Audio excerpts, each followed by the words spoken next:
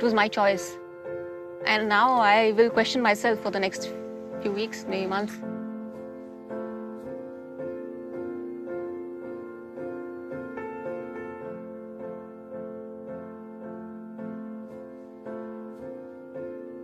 We had an option of 2 pathways to walk, and they led to 2 doorways. It was a bit confronting, actually, to be honest, to see these big signs and feeling like you had to choose and be self-conscious of how you perceive yourself and perhaps if it lines up with how the rest of the world perceives you.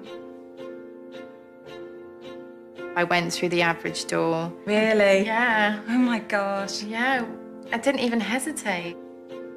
漂亮对我的概念来说，就是像明星那种遥不可及的那种。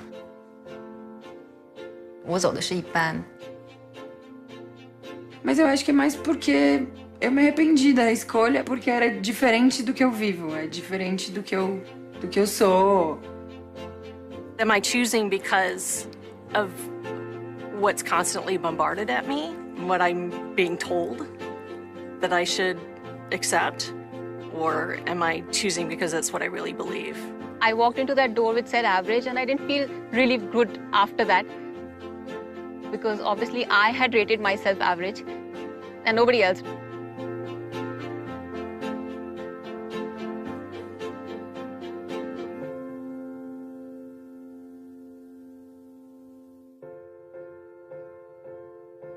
Todos os dias eu passo pela porta comum e ontem foi um dia único e eu optei por passar pelo bonita.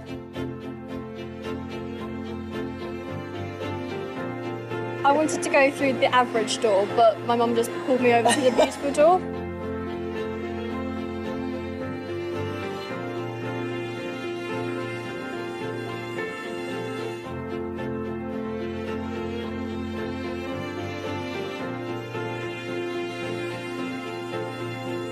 It was quite a triumphant feeling. It was like telling the world, I think I'm beautiful. I just wish more young women realized it. 要是再给我一次机会走那扇门的话，我觉得我应该会选很美的扇门。I think I would walk through the beautiful door. Acho que a porta bonita tá completamente aberta para mim. Maybe I could walk in that door. You can. Next time I look into the mirror, I will see somebody really beautiful looking back at me. Beautiful is a great word. So why not see what's on the other side of that?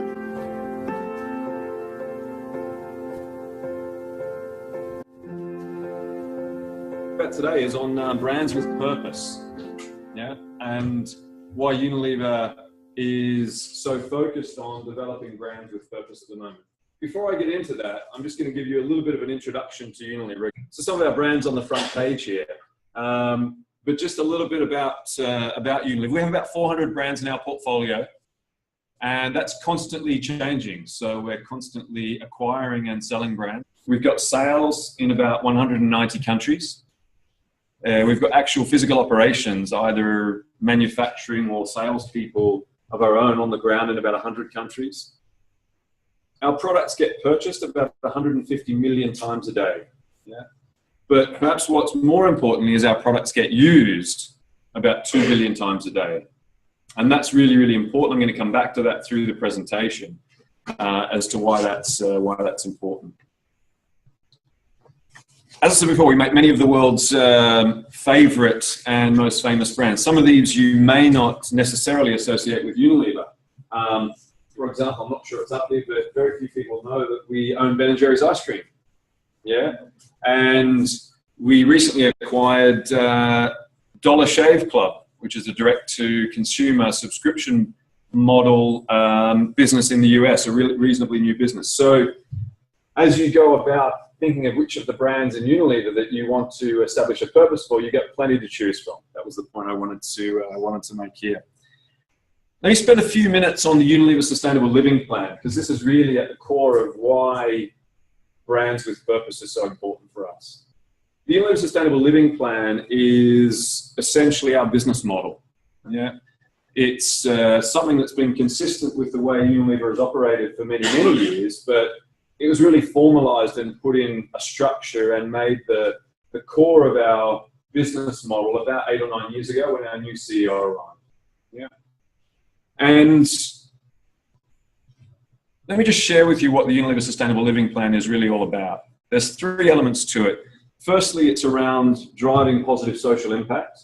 And there are many examples of what positive social impact could look like. It's about reducing our environmental footprint. Yeah. So there's a positive social impact and an environmental element associated with the Unilever Sustainable Living Plan. But it's also about ensuring that it's a winning business model. Yeah. And what do I mean by that?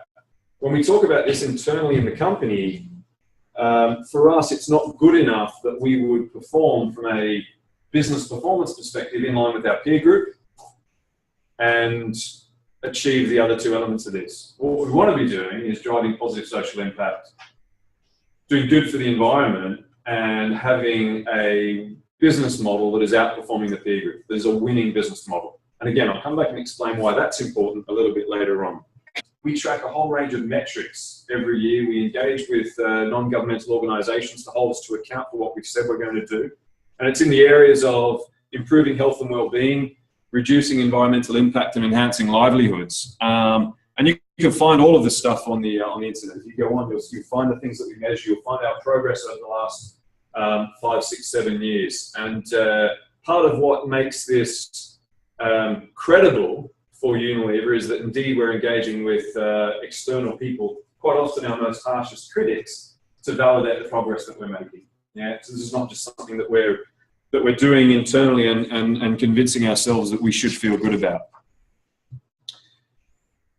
That was a little bit of an introduction to, very quick introduction to Unilever and the Unilever Sustainable Living Plan. In achieving what we want to achieve, just Unilever doing what it set out to do is not going to be enough. Despite the fact that we're a very, very large company and that we have the opportunity to touch consumers 2 billion times a day, if only Unilever changed, it wouldn't be enough. So one of the things that we are very conscious of is ensuring that we're able to connect with more people beyond our direct consumers, and that we're able to get messages and inspire people to act and behave differently than what they do today, right? So the 2 things I mentioned before about the 2 billion times a day means that we've got phenomenal reach. There are not too many other organizations, certainly no governments, and very few other companies that can touch consumers or people 2 billion times a day. There's a handful of consumer goods companies, and that's probably about it. So that's a fantastic opportunity that comes with enormous responsibility, obviously. Secondarily, if we want people other than Unilever to start operating a business model this way, we have to prove that it's a winning business model. That was the point that I mentioned earlier as well. So it's no good just to have good intentions and deliver average performance. If we want to bring people along on the journey, then we have to make sure that it's exciting and people want to come along on the journey as well. Yeah.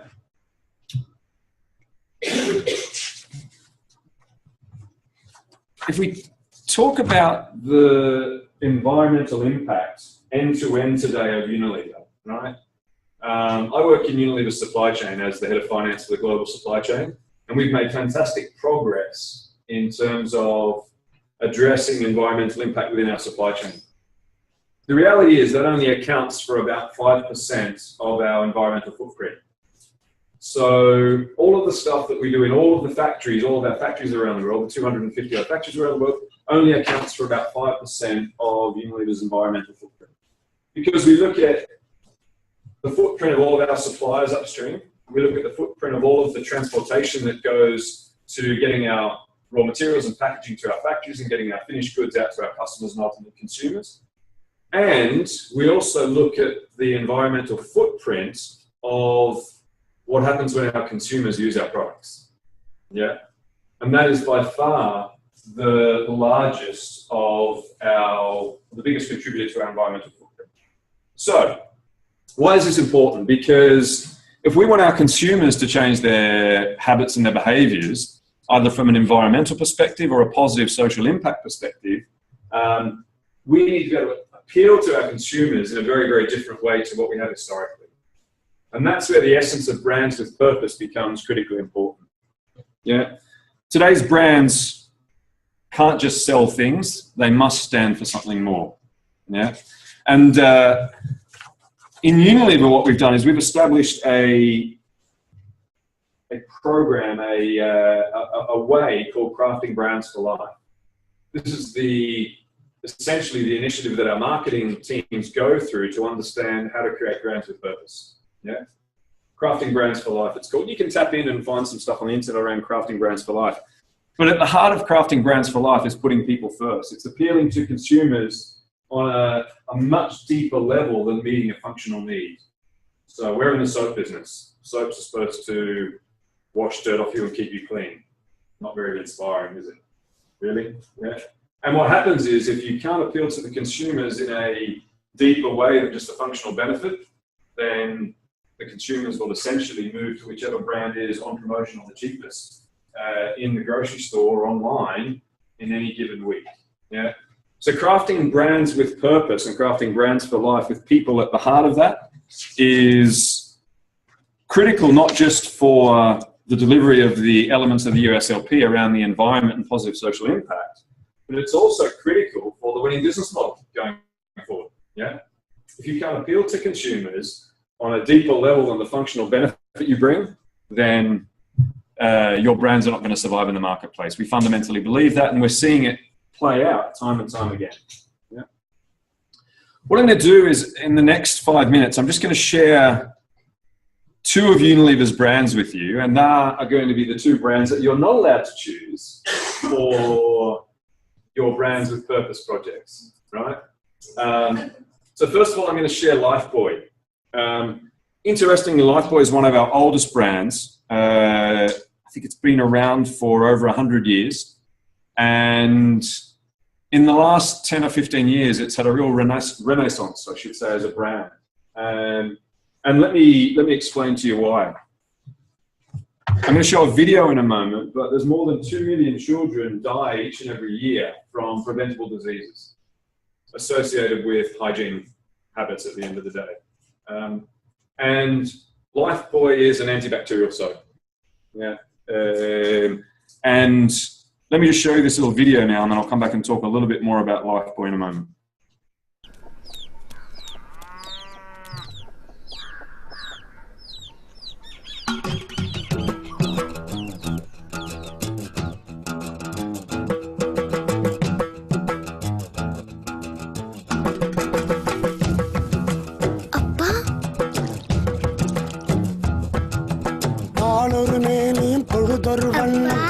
மகன் வளருகிறான் உள்ளங்களிலே இன்பம் பெருகிட மனதில் நிறைகின்றான்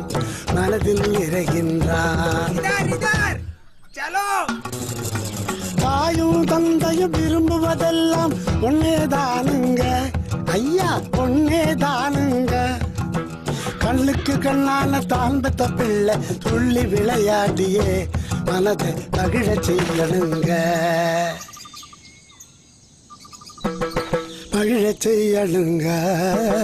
மகிழச் செய்யணுங்க தெய்வம் தந்த செல்வமையா நான் பெற்ற செல்வமையா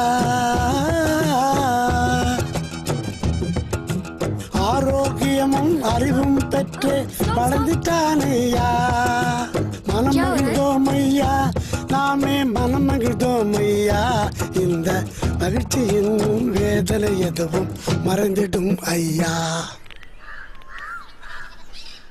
ஐயா நாளொரு மேனியும் பொழுதொரு வண்ணம் என் மகன் வளருகிறான் உள்ளங்களிலே இன்பம் பெருகிட மனதில் நிறைகின்றான்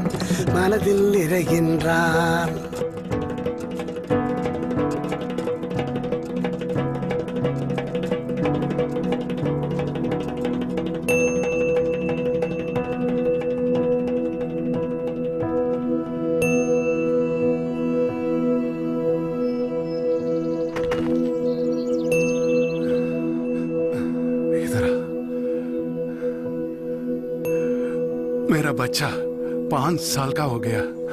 इतना सब 5 साल में कौन सी बड़ी बात है? बड़ी बात है मैडम, ये गुंडापा का पहला बच्चा है जो 5 साल की उम्र तक पहुंचा है। क्या?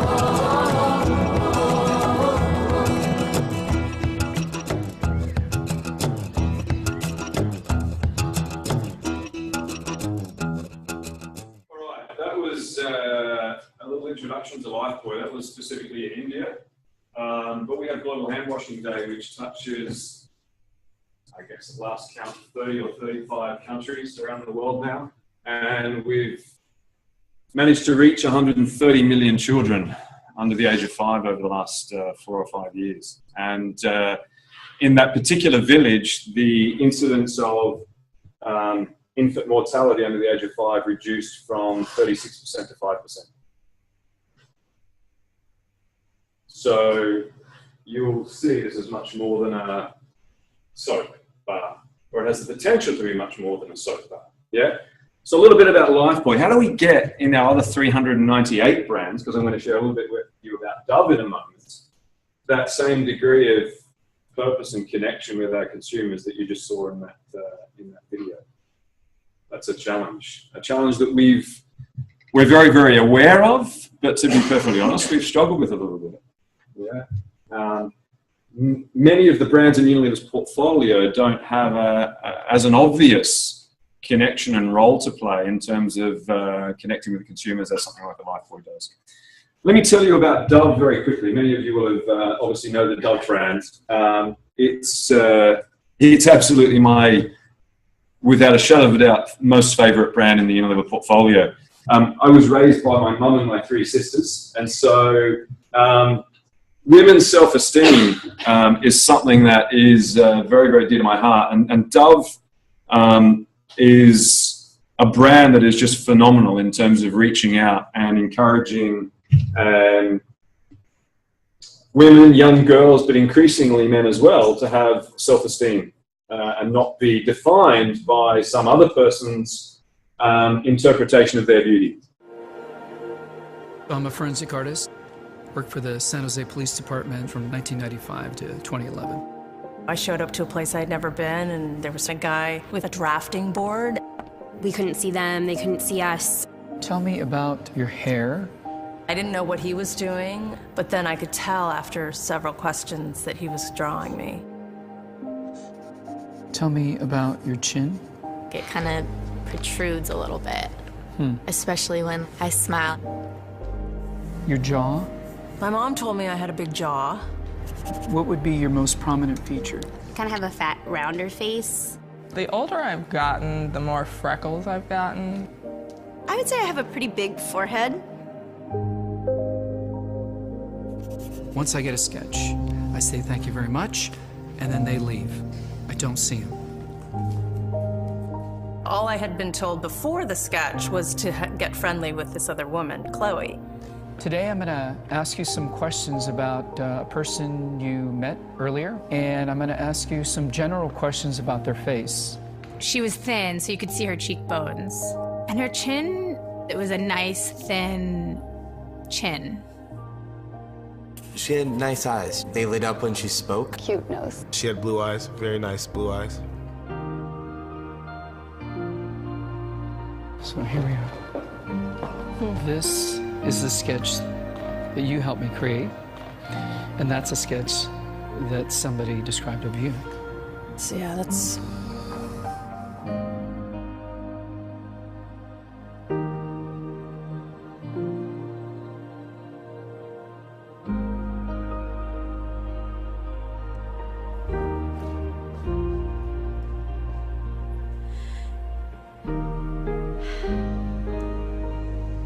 She looks closed off and fatter, sadder too. The second one looks more open, friendly, and happy. I should be more grateful of my natural beauty. It impacts the choices and the friends that we make, the jobs we apply for, how we treat our children. It impacts everything. It couldn't be more critical to your happiness. Do you think you're more beautiful than you say? Yeah. Yeah. We spend a lot of time as women analyzing and trying to fix the things that aren't quite right. And we should spend more time appreciating the things that we do like.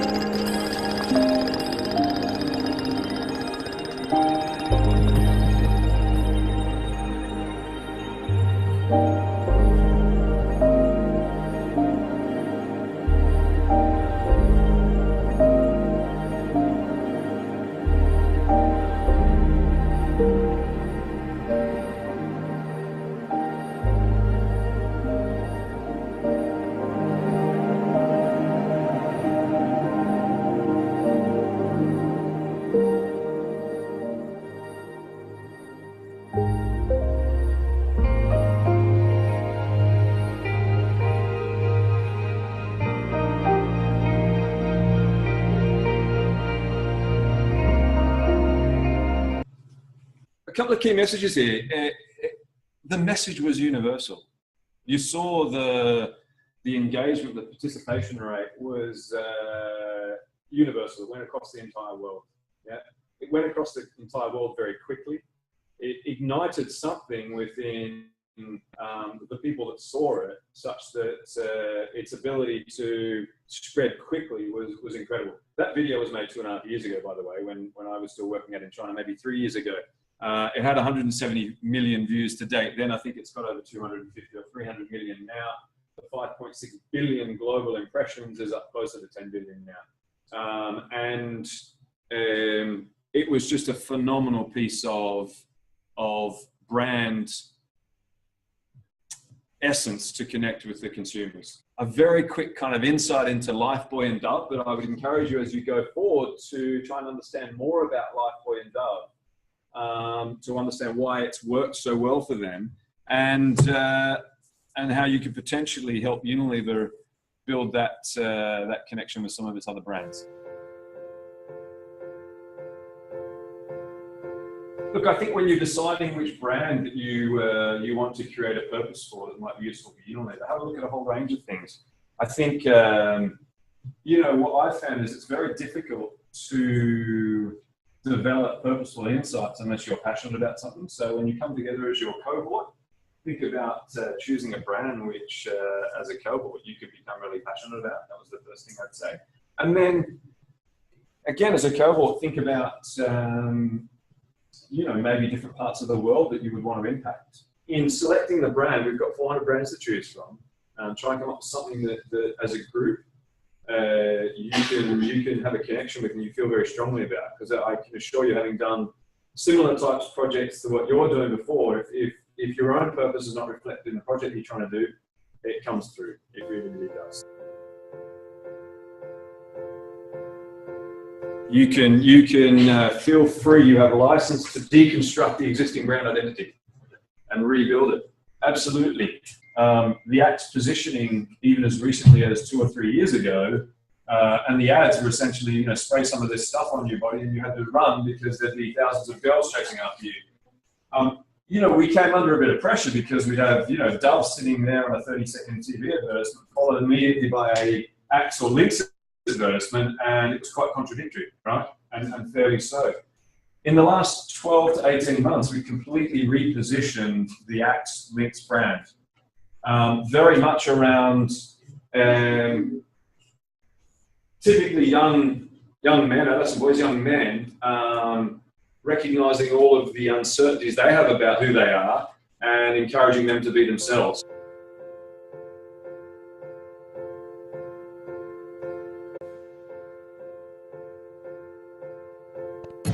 Get ready to play.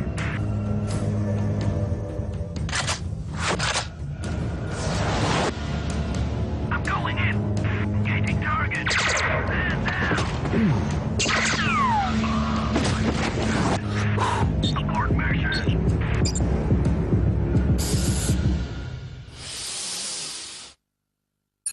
Mission complete. New Axe Instinct.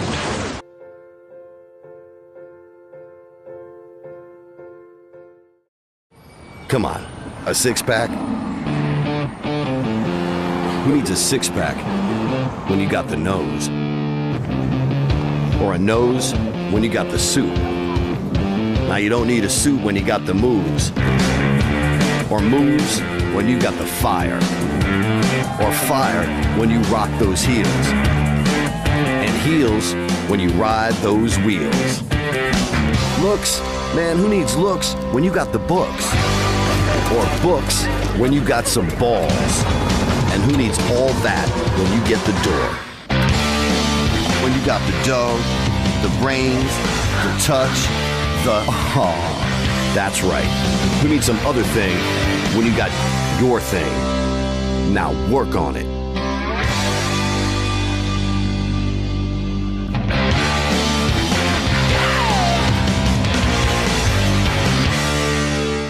You have license to deconstruct the current brand identity. You know, one of the things and one of the reasons why I'm very comfortable for you to create new brand identities is our teams are constantly challenging themselves to, you know, find and discover the essence of the brand. Now, interestingly, on Dove, we've had the same guy effectively looking after our Dove brand for the last 15 years. He's an amazing guy who he has 3 daughters, and he literally treats Dove like his 4th daughter. But it becomes very virtuous because he's very concerned about the world in which they're growing up in. And that's the one brand that has probably remained essentially the same for the last 15 years in terms of what its brand purpose and what its essence is. How to communicate that to consumers has evolved enormously, but the essence of the brand is stayed very much the same. But anyway. What we'd be looking for is, because we've got a lot of very highly paid marketeers sitting in offices all around the world in Unilever working on the same stuff that you guys are going to work on, right? I say that not to be daunting, but what we'd be looking for is the essence and the purpose of the brand, but then also how you reach the consumers and have a maximum impact, right? So one of the things that's really resonated for Dove is, that's why I showed you that second video, because if you had this wonderful purpose and the wonderful essence of a brand, but you didn't get the message out to anybody, then it wouldn't be very powerful or impactful, would it? And the message cannot just be having it sit on a grocery store shelf or appear somewhere in someone's online shopping basket, yeah? Because the message isn't going to be as powerful and impactful. And again, with Unilever, with our products being used 2 billion times a day, it's a unique opportunity and responsibility.